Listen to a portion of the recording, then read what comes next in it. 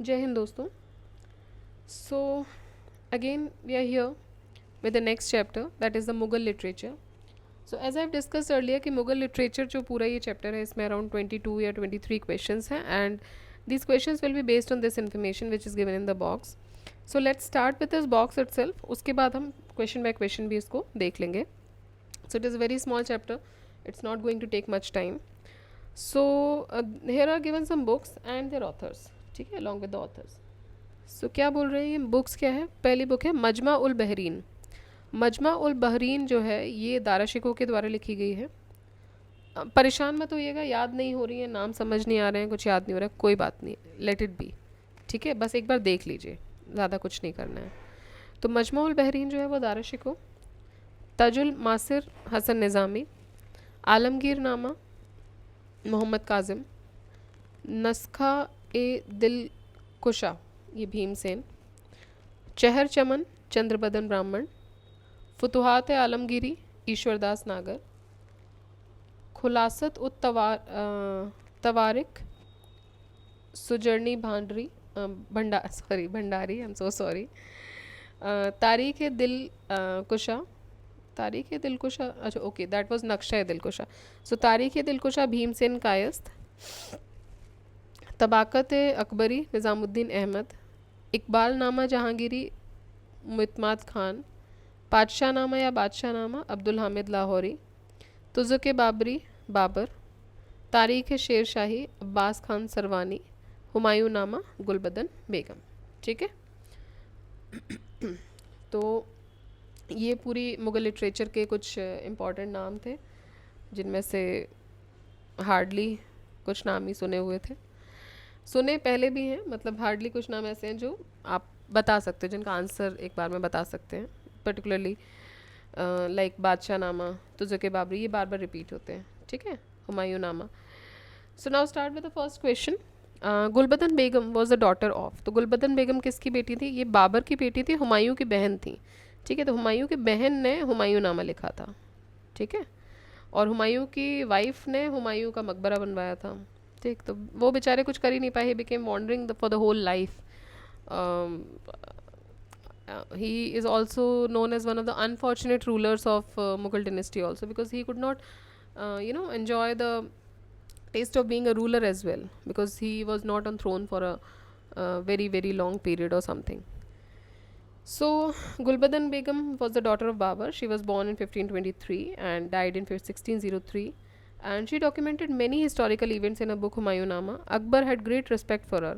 So Gulbadan Begum was the bua of, or paternal aunt of Akbar, and she wrote that she had written the history of Babur and Humayun on the orders of Akbar. ठीक है. Because Akbar चाहते थे कि उनकी history या उनके जो पिताजी हैं या उनके दादाजी हैं उनके बारे में उनको पता चले, because Gulbadan Begum was a daughter of Babur. So Akbar wanted her to write the stories of these two people. She described the battle between Humayun and Kamran in her book also. ठीक है. Next is, who among the following wrote historical records in the Mughal period? So ये गुलबदन बेगम है. She is an important name here. Next, who wrote Humayun nama? Humayun nama was written by Gulbadan Begum. ठीक है. So Humayun nama was written by Gulbadan Begum. Next, which of the following is not correctly matched? Books और writers, इसमें से correctly matched कौन सी नहीं है? तबाकत नासिरी मिनहाज ए सिराज जुजानी, ये सही है. Tarikh Firoz Shahi, so sorry, actually I am suffering with cold and this throat infection, so it happens, excuse me. So Tarikh Firoz Shahi, Shams Siraj Afif. Then Humayun nama Gulbadan Begum. देखिए ये पता है बिकॉज ये बहुत बार ये क्वेश्चन रिपीट हुआ है, पूछा जा चुका है. तुगलकनामा इब्न बतूता ने नहीं लिखा था. ठीक है. तुगलकनामा किसने लिखा था? ओके, यहाँ नहीं दिया हुआ है, देखते हैं. तुगलकनामा वॉज रिटन बाय अमीर Khusro. Okay. While Ibn Battuta ने लिखा था रहला, जो उनका ट्रैवलॉग था. Who translated Baburnama into English? तो बाबरनामा को इंग्लिश में ट्रांसलेट किया था लेडन एंड अर्स्काइन ने। लेडन एंड अर्स्काइन ने बाबरनामा, जो कि टर्किश में लिखी थी, उसको इन्होंने ट्रांसलेट किया था इंग्लिश में। ठीक है। Delhi's education center, which was known as मदरसा-ए-बेगम, was established by। तो दिल्ली का जो एजुकेशन सेंटर था जिसको मदरसा-ए-बेगम बोलते थे, वो इस्टेब्लिश किया था महामंगा ने। और महामंगा कौन थी? ये she was in the period of Akbar. तो अकबर की एक तरीके से ये गुरु भी बोल सकते हैं आप इनको, इन्होंने इनको पाला भी था। सो महामंगा बिल्ट खैरुल मंजिल मॉस्क इन मुगल आर्किटेक्चर। बाद में वो मदरसा की तरह सर्व किया and now stands opposite to Purana Qila Delhi. ठीक है। तो today it is also known as Madrasa-e-Begum. Who among the following had translated Hitopadesha into Persian? तो हितोपदेश क्या है? It is a collection of Sanskrit fables in prose and verse. It was translated into Persian by Tajuddin Mutli Al-Maliki. I am so sorry, इसका pronunciation शायद कुछ और है। Who among the following है translated Hitopadesha into Persian? देखिए पहले तो अब ये याद रखिए कि हितोपदेश को पर्शियन में किसने लिखा था, तो ये लिखा था ताजुल माली ने। Now it was translated into Persian by Taj al Din Mutli Al Maliki और उसको नाम दिया था मुफारे उल कुलुब। ठीक है, इतना नहीं जाना है डीप में। ताजुल माली, इन्होंने इसको ट्रांसलेट किया था हितोपदेश को। ठीक है। विच of the following is authored bye Dara Shikoh? तो दारा शिको ने इनमें से क्या लिखा था? अभी हमने सबसे पहली जो बुक पढ़ी थी ऊपर जो बॉक्स में, वो थी मजमा उल बहरीन। ये किसने लिखी थी? दारा शिको ने लिखी थी। मजमा उल बहरीन मतलब कि confluence of the two seas, दो समुद्रों का मिलना, तो वो उन्होंने लिखी थी। It is a book on comparative religion. तो ये इन्होंने कंपैरेटिव रिलीजन पे लिखी थी, खासकर हिंदू और मुस्लिम रिलीजन के जो कॉमन पॉइंट्स हैं उस पर लिखी थी। It is authored bye Dara Shikoh. Match list 1 with list 2। List 1 and list 2. Okay, so list 1 is the name of authors and list 2 is the name of books. Hasan Nizami, ख्वांद अमीर, मोहम्मद काजिम, भीमसेन। आलमगीर नामा, नुस्खा दिलकुशा, हुमायूं नामा and Tajul Maasir.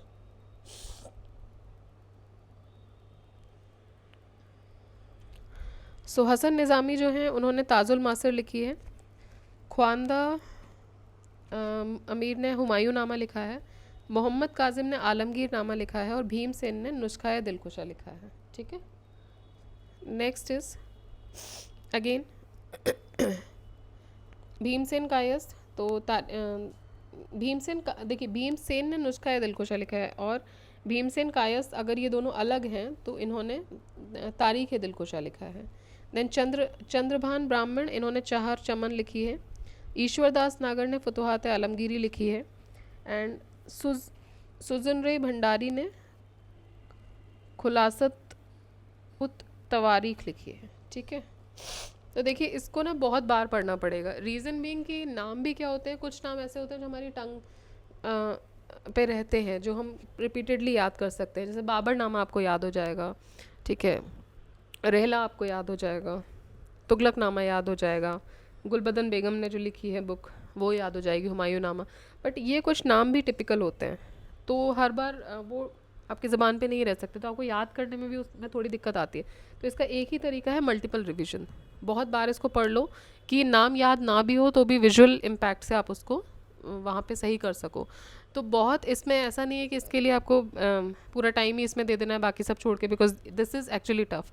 If I ask you randomly तो answer देना मुश्किल हो जाता है। तो इसका बस एक ही तरीका है, इसको कुछ बार आप इसको या तो डेली 15 मिनट का वीडियो रहेगा, या आप खुद से भी पढ़ना चाहते हैं तो खुद से भी पढ़ लीजिए बुक खोल के। Anyways what ever you like, but 10 minute इसको दे देंगे आप हफ्ते में भी एक बार, तो एग्ज़ाम तक आपको इनमें से भी अगर एक भी क्वेश्चन आ रहा है तो हम शायद सही कर पाएँ, एलिमिनेशन टेक्निक उसमें यूज़ कर पाएँ। ठीक। लेकिन बहुत ज़्यादा टाइम ऐसा नहीं है कि पूरा सब कुछ काम छोड़ के नहीं 1 घंटे इसी को रट रहे, वो नहीं करना है। What I am trying to say is कि जब भी ऐसी चीज़ें आती हैं जो आपको याद नहीं रह सकती हैं बिकॉज ऑफ द लैंग्वेज और समथिंग, तो आप उसको बस ना रिवाइज करते रहिए, रिवीजन देखते रहिए। होता क्या है कि रिवीजन से धीरे धीरे विजुअल इम्पैक्ट आ जाता है, विजुअल इम्पैक्ट आते ही आप एलिमिनेशन टेक्निक लगा सकते हो एग्जाम में। ठीक है, सो हसन निज़ामी, ताजुल मासिर, ख्वांद अमीर, हुमायूं नामा, देन गुलबदन बेगम ने हुमायूं नामा लिखा था। Now we have to check the Khwand Amir वाला हुमायूं नामा इज़ डिफरेंट और नॉट। देन मोहम्मद काजिम, आलमगीर नामा, भीमसेन, नुस्खा ए दिलकुशा। ठीक है, तो नुस्खा ए दिलकुशा और the other was here it is तारीख ए दिलकुशा।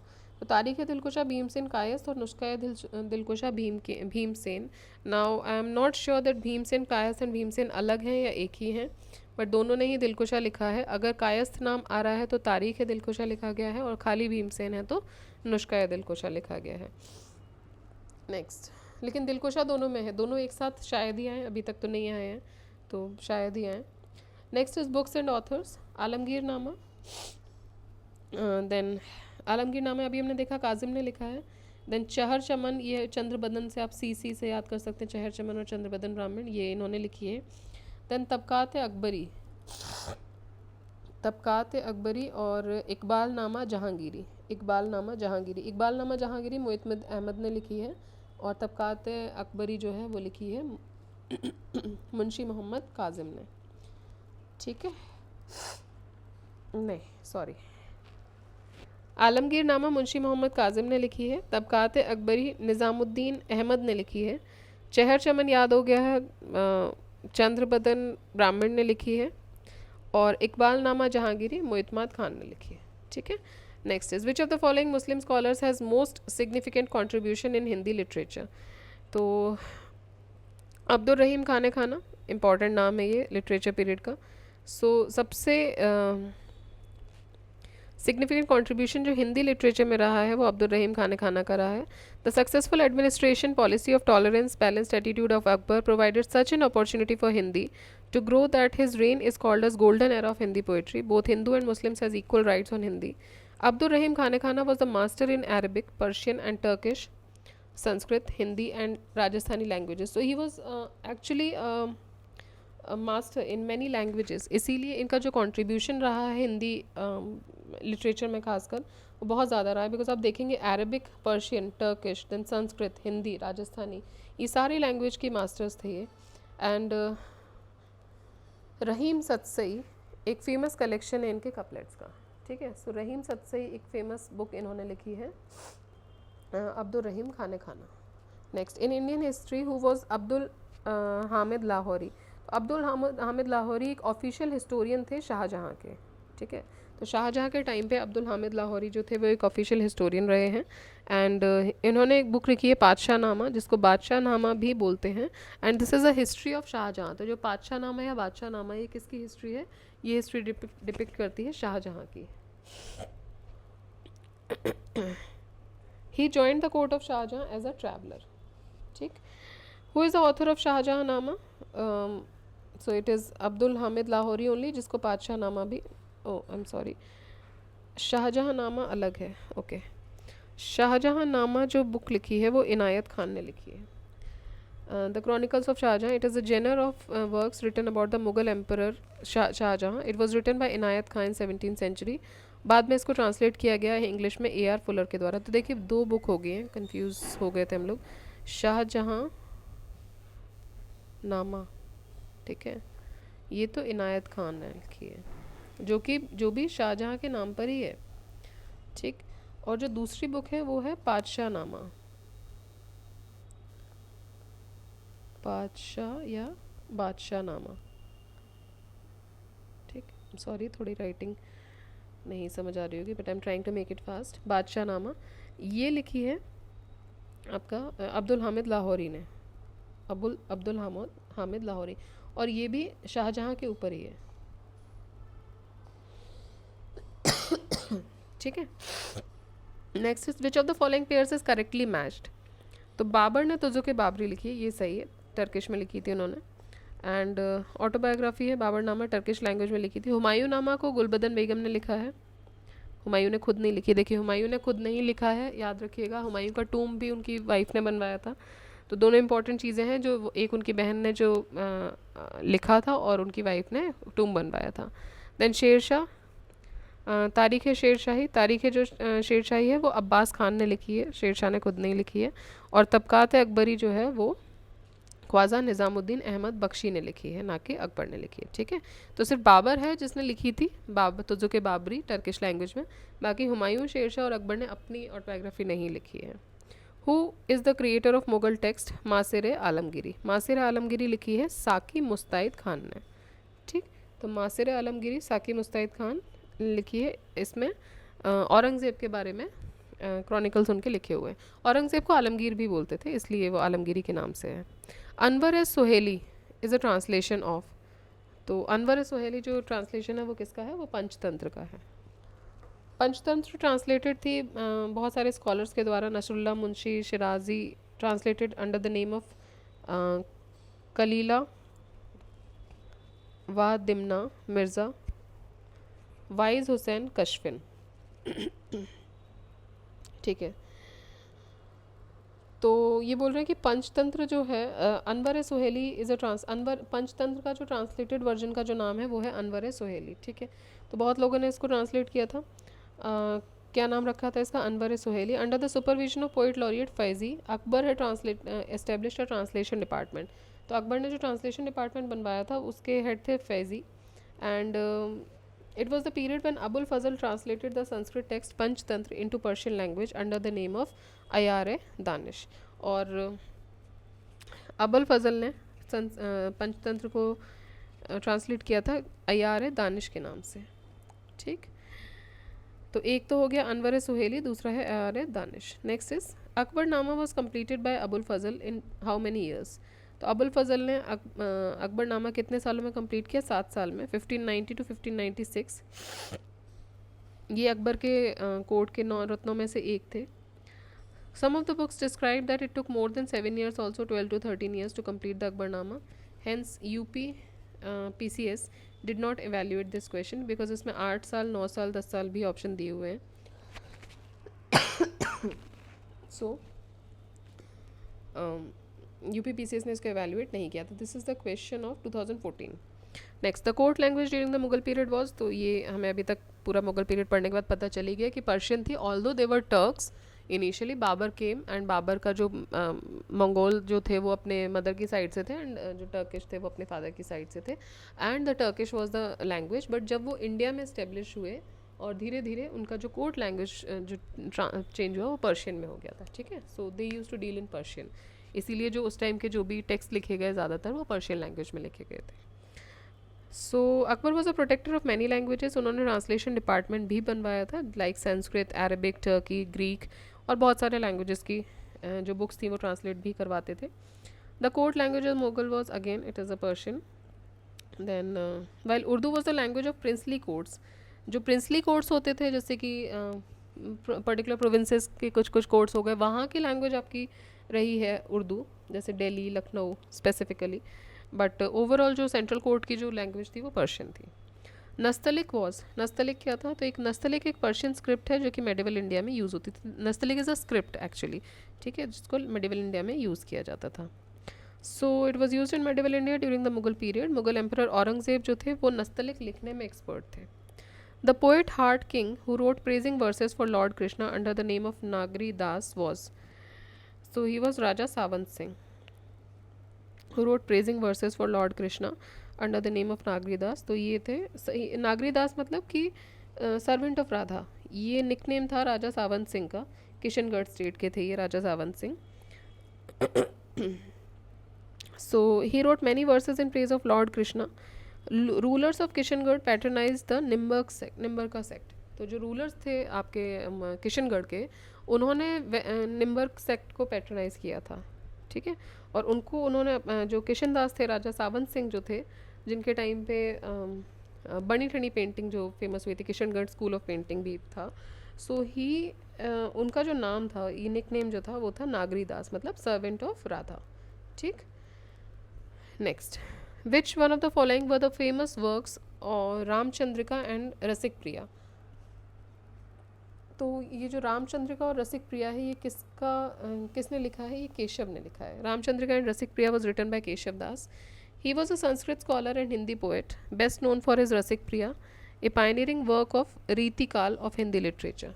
ठीक है, तो रामचंद्रिका और रसिक प्रिया जो है ये केशव दास के द्वारा लिखा हुआ था। केशव दास एक संस्कृत स्कॉलर रहे हैं, एक हिंदी पोएट भी रहे हैं, और ये रसिक प्रिया के लिए जाने जाते हैं। This was a pioneering work of Ritikal of Hindi literature. तो ये जो टाइम था ये रीतिकाल का टाइम था। तो हिंदी लिटरेचर अगर किसी को नॉलेज है तो वहाँ पे बहुत सारे पीरियड्स आए हैं।